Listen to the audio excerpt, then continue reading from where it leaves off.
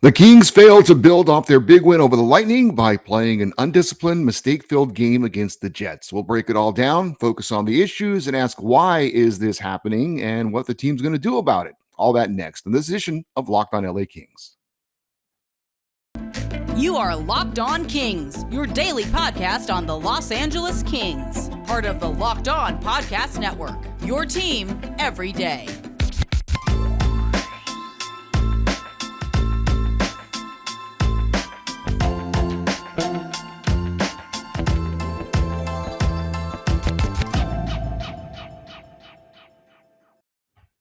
Hey, Kings fans, welcome to Locked On LA Kings, your team every day. Thanks for making Locked On LA Kings your first listen every day. We are free and available wherever you get your podcasts and on YouTube. Please like and subscribe if you're enjoying this content. We're at 808 subscribers. Thank you so much for getting us to our goal of 800 by the end of the month. And we now have a new goal. Let's try and get to 900 by the start of December. Thank you for all your support of the YouTube channel and the podcast as well. My name is Eddie Garcia. I am your host of Locked On LA Kings. I've worked in sports media for almost 30 years, 20 plus years at the Fox Sports Radio Network, where I'm also co-host of the Puck Podcast, a weekly NHL review show that's been putting out content for the past 16 years, and of course, a passionate LA Kings fan for the past 30 years. Today's episode is brought to you by BetOnline. BetOnline has you covered this season with more props, odds, and lines than ever before. BetOnline, where the game starts. So the Kings hosted the Winnipeg Jets last night, looking to follow up on their top performance of the season against Tampa Bay on Tuesday, and hopefully we would see another solid 3 periods of hockey. As far as the lineup for last night's game, the usual top line: Anze Kopitar at center, Kevin Fiala on the left wing, Adrian Kempe on the right wing, Philip Dinur centering the second line. Victor Arvidsson was in the lineup, coming back from missing the game against Tampa with an illness. Trevor Moore playing on the left side. Jarrett Anderson-Dolan centered the third line because of an illness to Quentin Byfield. Arthur Kaliyev played on his left wing, Gabe Vilardi on the right wing, and the usual fourth line of Blake Lizotte at center, with Brendan Lemieux on the left side and Carl Grundstrom on the right side. The defensive pairings are the same as we've seen for the last several games. Drew Doughty and Mikey Anderson, the top pairing, Sean Dursey and Matt Roy, the second pairing, and Brant Clark and Alex Edler as the third pairing, and the goaltender was Jonathan Quick. Again, Quentin Byfield was scratched because of an illness, and Sean Walker also scratched in this one. Alex Iafallo is on injured reserve. As for the lineup for the Kings, again, Victor Arvidsson returning after missing that game on Tuesday, back at his usual spot on the right wing in the second line. The versatile Jarrett Anderson-Dolan playing center on the third line after playing wing the game before. Again, Quentin Byfield out with an illness. Hopefully there's not some sort of flu bug going through the team. We saw Victor Arvidsson get sick and miss a game. Now we've seen Quentin Byfield get sick and miss a game. Hopefully that's not something we're going to see going forward with other players. And talking about Jarrett Anderson-Dolan, one of the reasons why he made the roster coming out of training camp is that he is a versatile player. He's a guy who could play on the wing or at center. I know there's some other players that could fill that type of role as well, but he's somebody that does that, and he can jump into either of those roles without getting a lot of playing time and still be pretty effective. So that's one of the reasons why he was able to make the roster out of training camp, and we're seeing his versatility here early on in the season. The defense, again, was the same as it has been the last few games, and Jonathan Quick back in net, making his third straight start. All right, let's get into it. The Kings looked tremendous at the start of this game. All 4 lines were rolling. Victor Arvidsson showed no signs of any illness. He looked great. And yet, for the 4th time in 9 games this season, a Kings opponent scored on their first shot on goal. Adam Ernie of the Red Wings did it. Cody Glass of the Predators did it. Jan Ruda of the Penguins did it. And last night, Mark Scheifele of the Jets did it. To the credit of the Kings, the hot start they had to start the game continued, and they dominated the first period in puck possession time, shots on goal, and LA eventually did see the fruits of their labor as they were able to score some goals. First, the Jets had a too many men on the ice penalty, and Arthur Kaliyev gets his second goal of the season on the power play, and the Kings tied it up at 1-1. Kings kept it going, took the lead less than a minute later with Blake Lizotte scoring in close at the side of the net, make it 2-1 Kings, and then right after a penalty on the Jets expired, Gabe Vilardi got a piece of a Kevin Fiala shot to make it 3-1 with his team-leading 6th goal of the season, and everything was looking great. The Jets, with about 5 minutes to play in the opening period, had 1 shot on goal. Now, the 1 shot did go into the net, but still, again, 5 minutes to go in the opening period, and your opponent has been held to one shot on goal. And LA continued to outplay the Jets. They drew their fourth power play of the opening period, and it looked like maybe a chance to put this game away early. And they gave up a shorthanded goal to Adam Lowry. And the game actually should have been tied after the first period because not long after they scored that shorthander, Dylan DeMello of the Jets missed a wide open net on one of the worst misses I've seen in a long time. So despite dominating the first period and out shooting Winnipeg 17-6, it was a 3-2 lead for the Kings. And when you dominate that much, it shouldn't be a one-goal game. And like I said, actually, if the reality was, it probably should have been tied. That was one of the most bizarre opening periods of Kings hockey I have seen in quite some time. It shouldn't have been that. That was not the score it should have been, and yet it was. And it was a bit of a microcosm of some of the issues we've seen with the Kings so far this season. We'll get more into that in a bit. But second period comes along, and Alex Edler of the Kings took a tripping penalty, and the Jets did score this time to tie it up at 3-3, and then took a 4-3 lead on a shot from the blue line that found its way past Jonathan Quick with less than a minute to go in the period.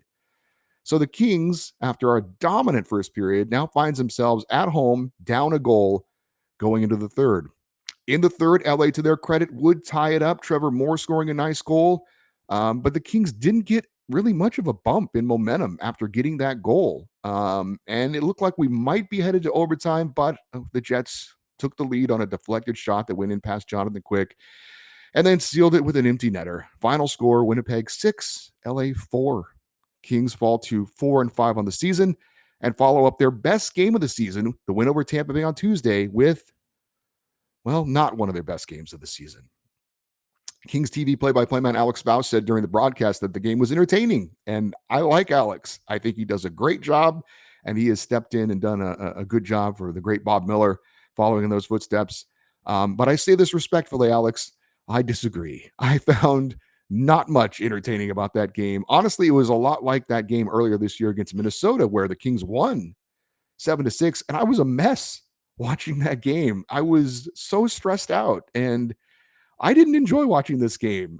Maybe you did. Now, after, when it was 3-1 in the first period, I was enjoying that, but the rest of the game, not so much. Maybe you enjoyed it. I did not. It was a pond hockey game, and that's not what we're looking for with the LA Kings. So we're going to break it down and try and figure out what continues to go wrong for the Kings, at least more often than not this season. And we will do that in just a moment. But first, I need to remind you about BetOnline.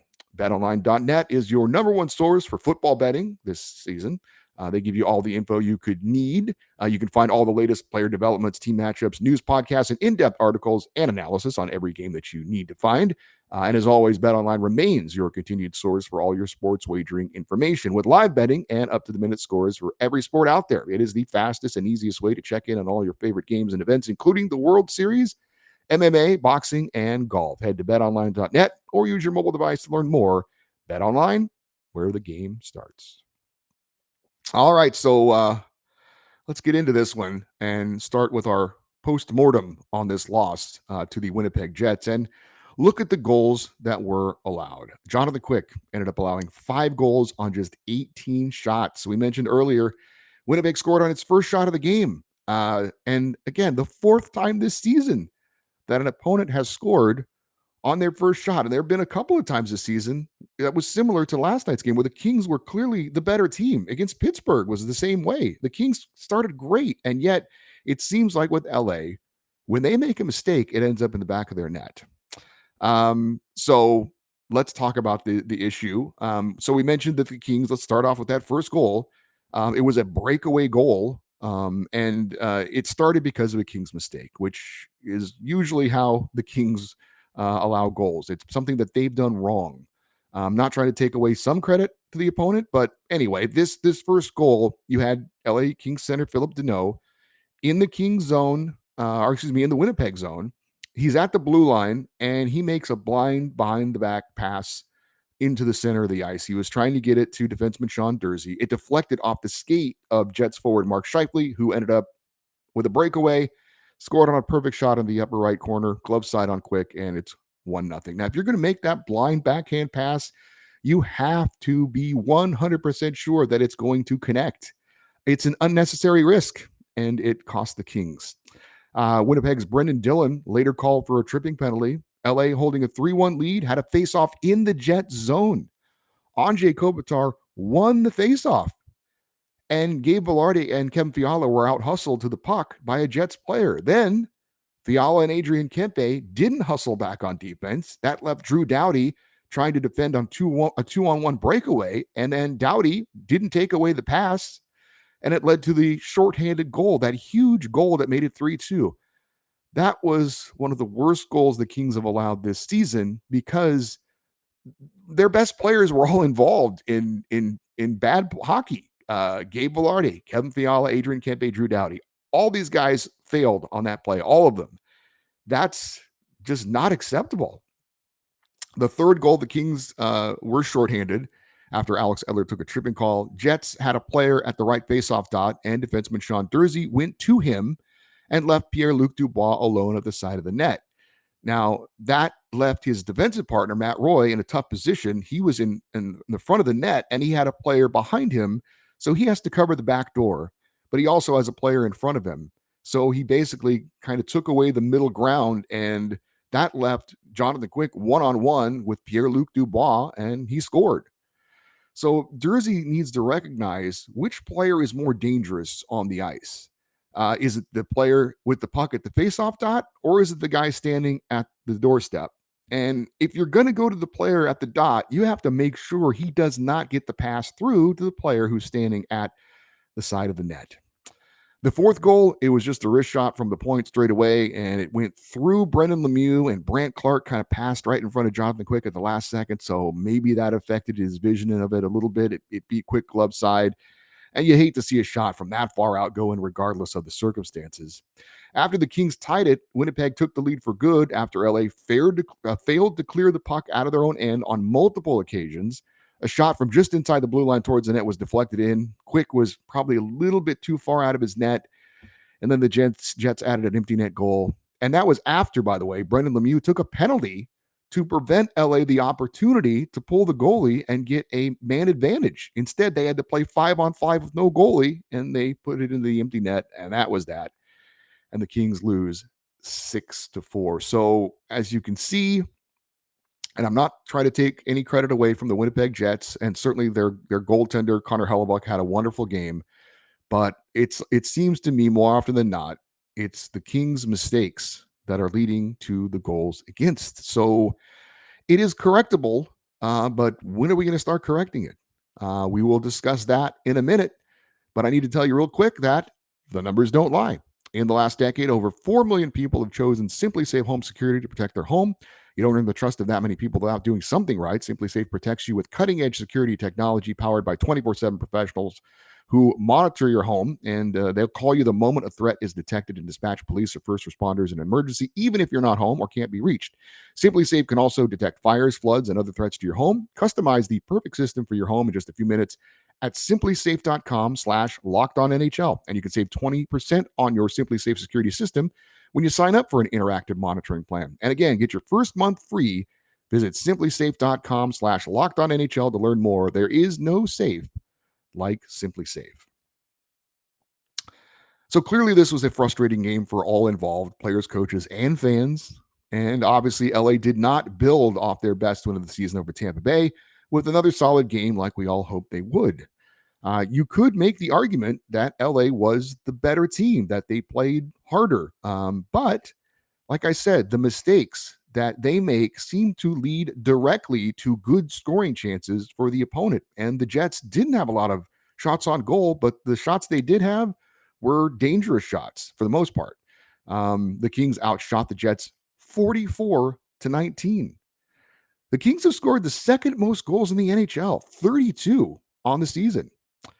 But they've allowed 39 goals, the most goals against in the entire NHL. In their 9 games this season, the Kings are allowing over 4 goals per game. The Kings have allowed 4 more goals in 7 of their 9 games this season. They have a 2-5 record in those games. And it's not like the coaching staff and management doesn't want the Kings to score goals. They went out and got Kevin Fiala specifically for that reason. The Kings understood that they needed in the offseason to have a better top line, that they needed more scoring punch, and they needed the power play to be better, but not at the expense of their identity, which has been a sound defensive team. I think it's possible to still be a sound defensive team while still being able to score. And I absolutely think this is fixable for the Kings with more structure and a group that is committed to doing the little things that always eventually turn into big things. Clearing the puck out of your own zone when you have a chance to, getting the puck in deep instead of turning it over in dangerous areas. I think the Kings would be better suited at this point to be a counterpunching team, play solid defense, and then strike when the opportunity presents itself. That has been a formula for success in the past with the Kings. Head coach Todd McClellan had some very interesting comments afterwards. He used the word we, but it was pretty clear that he wasn't talking about himself. He was talking about them, the players. Here's one of the quotes Todd McClellan had after the game. Quote, "We still don't know how we want to play, but I would think the experiment of run and gun that we are trying to play, how much more evidence do we need that it doesn't work?" End quote. And he also said after the game last night, quote, "If that's how we want to play and that's what we are going to keep trying, we are probably going to get the same result." End quote. Are the Kings playing the way Todd McClellan wants them to play? Clearly not. So why not? Have they tuned the coach out and they're just doing their own thing? And if so, why would they do that? And this is a team that made the playoffs last season. And this is a guy that's not the most demanding coach in the NHL. You know, there are some coaches out there like John Tortorella or a Daryl Sutter that they're going to put their foot in your backside a lot, or they're going to scream at you and they're going to yell at you and blah blah blah. Tom McClellan's not that guy. So sometimes when you don't have success and you have a coach that's super demanding like that and makes it puts a lot of pressure on you, sometimes those players will tune him out and just kind of be like, I'm doing my own thing. I don't know. I don't think that's the case. I can't understand why that would be the case. But I'm not. I don't have a really good answer to why the Kings are basically not doing what Todd McClellan wants them to do. Um, I did find it interesting. And look, what Todd McClellan had to say wasn't wrong.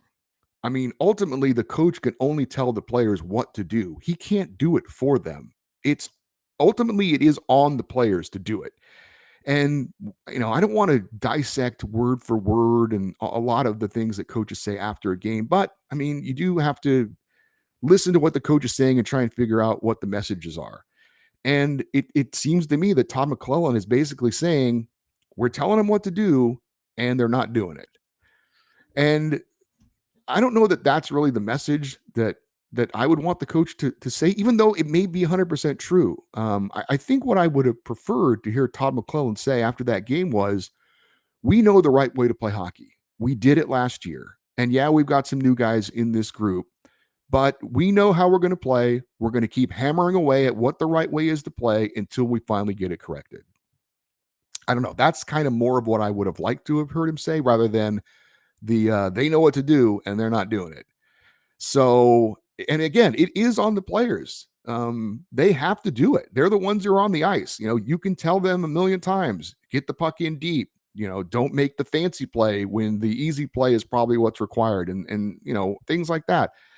And they have to do it. So I know Todd McClellan has said when talking about last year's team as opposed to this year's team, he said last year's team, that was their identity. What the identity of this year's team is going to be is to be determined. But it's an interesting kind of message. But I think he's right that just because it happened last year doesn't mean it's going to happen this year. You have to continue to do the things that gave you success a year ago to this season. Yeah, there's some changes to this group, but it's still pretty much the same core intact. So I'm very interested to see how the Kings respond to this. Just like I was interested to see how they were going to respond to their best game of the year against the Lightning. It wasn't obviously a very good response, even though they did play great at the start of the season, at the start of the game. I mean, if you watch the start of that game, you're like, we're going to kill these guys. And So it's not like the Kings aren't playing hard. Like the effort is there. That's probably the most encouraging thing, right? This is not looking at a group that's like giving up. And yeah, the shorthanded goal, there were some issues there with not there were maybe some hustle issues on that one. And that was certainly a key moment of the game. But you know, you look at the effort level that's being given out, and I'm seeing guys playing hard. I'm seeing guys, forechecking hard. I'm seeing guys hustling to back check. But the problem is, to me, that the Kings, despite the energy they're putting out, when they make a mistake, it's like a big mistake. Like when they make a mistake, it always seems to cost them. So, I mean, eliminating mistakes is an obvious answer, and it must be very frustrating as well when you feel like we're better than these guys. We're outplaying these guys. We're out hustling these guys. And yet it's a 1-goal game after one period where we dominated them. How is this happening? And again, it's those mistakes that are ending up in the back of the Kings net almost all the time, it seems like. So you got to think if they can eliminate more of those mistakes more often than not, then things are going to get better here, hopefully, sooner rather than later. But look, this is a big game coming up for the Kings on Saturday against the Maple Leafs. And I don't want to say that the result doesn't matter, because it does. Every result matters.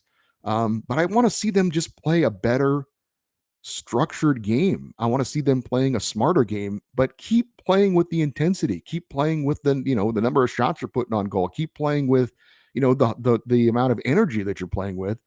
I think if they just cut down on some of the mistakes, I think they're going to be okay. But as Todd McClellan said, you would think they would have kind of learned that lesson by now. We're 9 games into the season, and we're seeing kind of a pattern here, right? Of this free-wielding sort of hockey on occasion, and that just doesn't seem to be what the Kings are best at. So, big game coming up on Saturday. The Kings didn't respond the way we had all hoped they would in the big win and strong performance against Tampa Bay by following it up with another one. So let's see how they respond to what was a very bizarre game where, again, there was a lot of good things and they looked great at the beginning, but in the end, just got to cut down on those mistakes that we've seen throughout the season. I think early in the season there were a lot of mental mistakes, and now I'm not sure. It's not bad line changes per se or bad penalties. They've kind of fixed that a little bit, but just bad timing when mistakes are made. So again, hopefully we can learn. Hopefully the team can learn from this last game, correct a lot of those errors, but keep the effort level there, and eventually figure out kind of a happy medium to what's going on and get better results. Right now, it's been very disjointed and very inconsistent for the LA Kings, and it's not going to be a formula for success going forward. And at some point, you're the excuse of, well, it's early in the season is gone. Again, we're going to be 10 games into the season here very, very soon. And by the 10-15 game mark, I think you would certainly hope to see a little bit better of a foundation as far as what the team, like I said, the identity is of the team and kind of the structure they're going to play with and how they're going to be going forward. And then as you go forward, you kind of fine tune things and so on and so forth. So still some games to figure it out, but I'm looking forward to the game against a very talented Maple Leafs team on Saturday. Toronto is not playing their best hockey of the season yet. They just came off a loss in San Jose to not a very good team. So they're going to be coming to town with a little bit of an attitude as well. So big game on Saturday for the LA Kings. Looking forward to seeing how they respond in that one. By the way, the game on Saturday is a 4 p.m. face-off, so a little bit different of a start time there. I think it's to accommodate the Hockey Night in Canada broadcast, but the game is going to be televised locally as well.